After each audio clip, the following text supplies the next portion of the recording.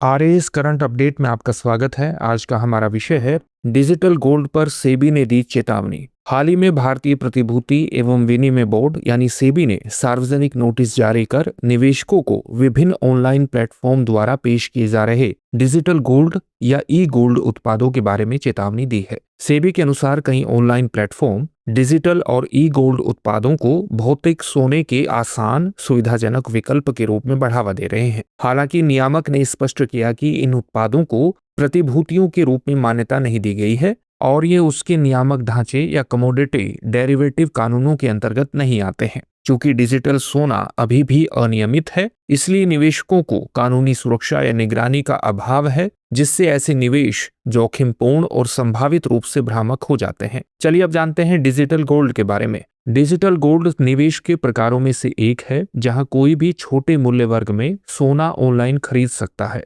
यह निवेशकों को भौतिक सोने के एक हिस्से का मालिक बनने की अनुमति देता है, जिसे तिजोरियों में सुरक्षित संग्रहित किया जाता है। यह निवेश निवेशक को भौतिक सोने के निवेश के साथ आने वाली चुनौतियों के बारे में चिंता किए बिना सोने के बाजार में निवेश की अनुमति देता है। कई डिजिटल भुगतान प्लेटफॉर्म और निवेश ऐप डिजिटल गोल्ड में निवेश की सुविधा प्रदान करते हैं। सोने की कीमतों में हाल ही में 59% की वृद्धि हुई है, जिसमें MCX स्पोर्ट सोना एक वर्ष में 76,577 रुपये से बढ़कर 1.22 लाख रुपए प्रति 10 ग्राम हो गया है, जिससे डिजिटल और ई गोल्ड उत्पादों में निवेशकों की रुचि काफी बढ़ गई है। चलिए अब जानते हैं सेबी के बारे में। सेबी वित्त मंत्रालय के अधीन भारत के प्रतिभूति बाजार का वैधानिक नियामक है, जिसकी स्थापना सेबी अधिनियम 1992 के तहत की गई थी। इसका उद्देश्य निवेशकों के हितों की रक्षा करना, निष्पक्ष व्यवहार को बढ़ावा देना और प्रतिभूति बाजार को विनियमित करना है। इसका मुख्यालय मुंबई में है और इसके क्षेत्रीय कार्यालय